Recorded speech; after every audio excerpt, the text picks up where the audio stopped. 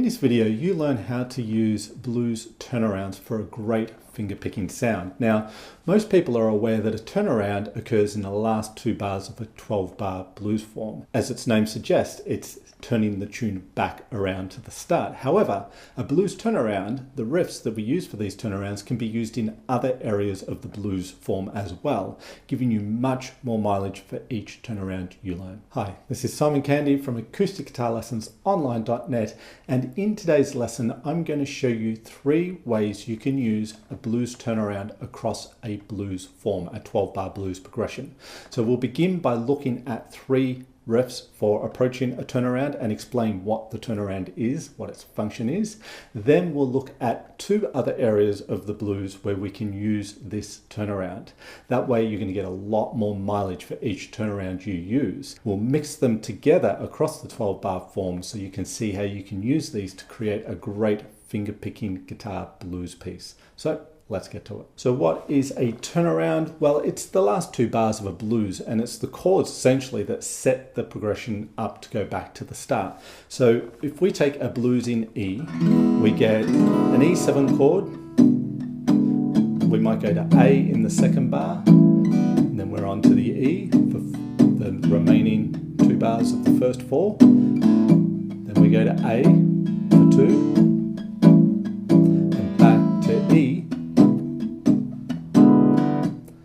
And then we get the B7, A7, and this is where your turnaround would come in on the E and B, and then you're back to the start and you go again, or you end the piece, right? So it's really the last 2 bars of the tune, and there's a lot of riffs that you can use, and guitarists use typically, to fill that little pocket to bring the tune back around to the start. Now, we're going to run through a few of them today. However, I've got a video specifically on blues turnarounds. This is more about ways to apply the turnaround here. So I'll link to that in the top right corner, and you can check that out afterwards to build up your vocab, if you like, as far as turnarounds are concerned. But for example, if I'm playing through the blues there, let me just take it from the last 2 bars, the B7, the A7, and you might go that type of thing. We all have heard that sound, and that brings it back to the start. Or another example, you might go, so again from the B,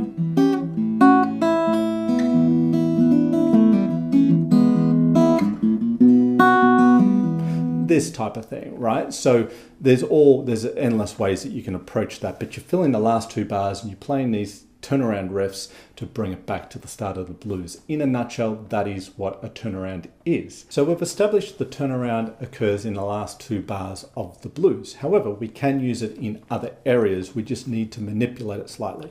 So I'm going to take this turnaround that I just played before as our first example. So it goes like this.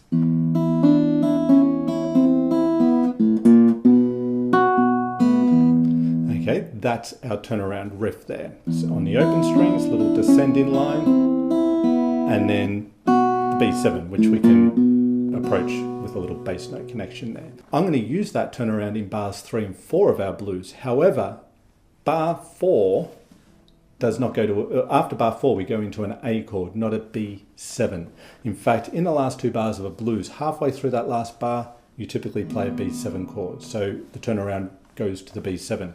Here we've got to avoid that because we're not in the last 2 bars. So as long as we just sort of stay on this E sound to complete the bars 3 and 4 where we're putting the turnaround, then go to the A chord in bar 5, we're good. So that would sound something like this. And here. And then here. Right? And then you're on with your blues. So the only difference there is I didn't go to that B7 as happens halfway through the last bar of our blues where we play the turnaround. So again, E7, A7, turnaround. And then the A. Now I can do the same thing here. Okay, because I've got 2 bars of E again in bars 7 and 8. So as long as I just stay on that E sound to complete the 2 bars there, I'm good. Only now I'd go to the B7, then A7, then the actual turnaround. So if we put that together, it sounds like this.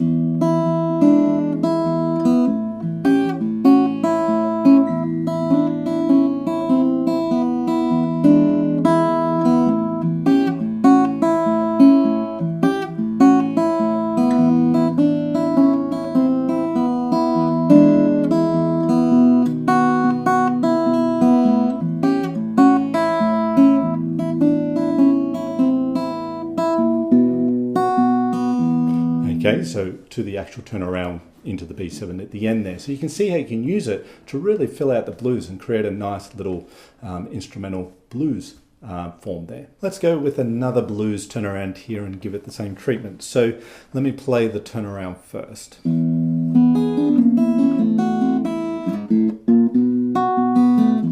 Okay, very typical blues turnaround again. We've got this little D7 shape, you might recognize it as, up as an E7, sorry, and then it chromatically moves down to another little E chord before, or not resolving, going to the B7, then you're back at the start. So again.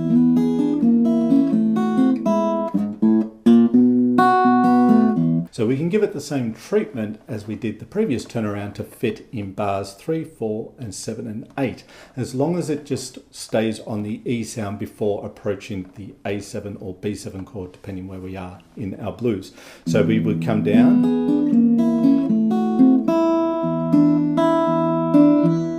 and just fill out the bar on E7 before going to A7 if that was bars 3 and 4, or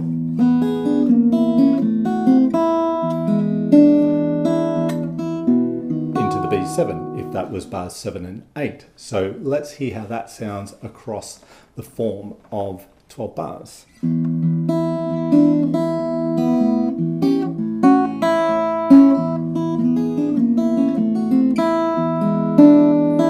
the A.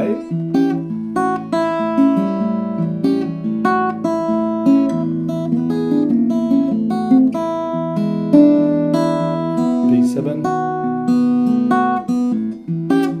Actual turnaround.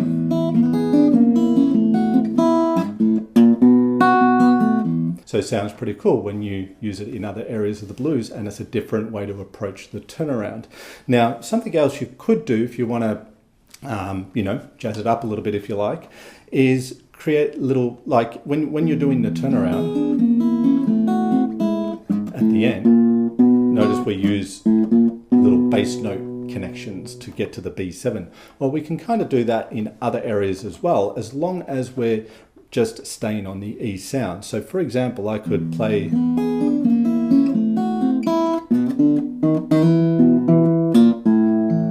then into the A7. So when I get to, once I've done then I can have, this is just targeting the E and then chromatically moving down to the A.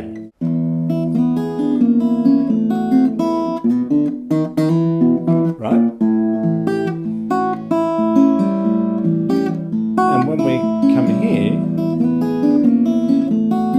same thing, but instead of going down to the A, we just go up to the B7. So I can use the same little bass note connection. B7. So let me play through that with the bass note connection so you can see the possibilities there too if you want to include that part. So something like this.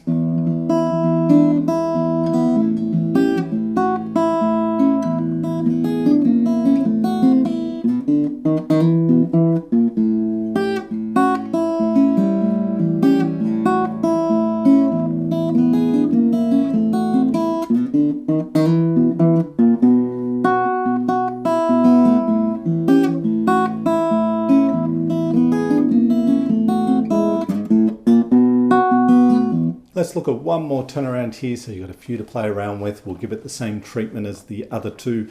This one's a little bit more of a riffy turnaround, so it goes like this.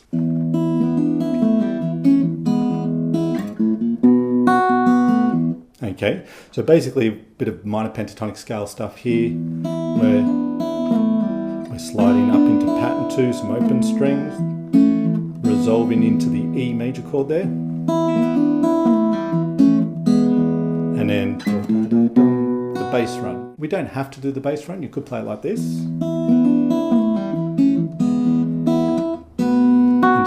B7 like that. So there's lots of variations, lots of nuances to these, but that's the turnaround, and we're going to give it the same treatment. So when we're in bars 3 and 4, just the E7 and into the 5th bar and the A7 chord. Or if we're in bars 7 and 8, same thing, except now to the B7. So exactly the same thing, just the chord you go to afterwards is different. So let me play that across the 12 bar form so you can hear how that sounds.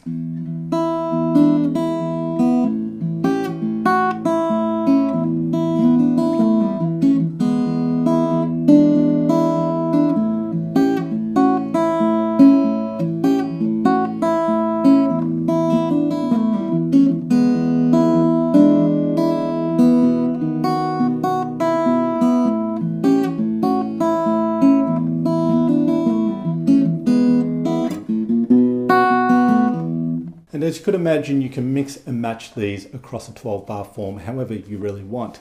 And the more turnarounds you know, then the more you've got to play with. But let me give you an example here of mixing the turnarounds together across a 12 bar form as we've been doing today. So something like this.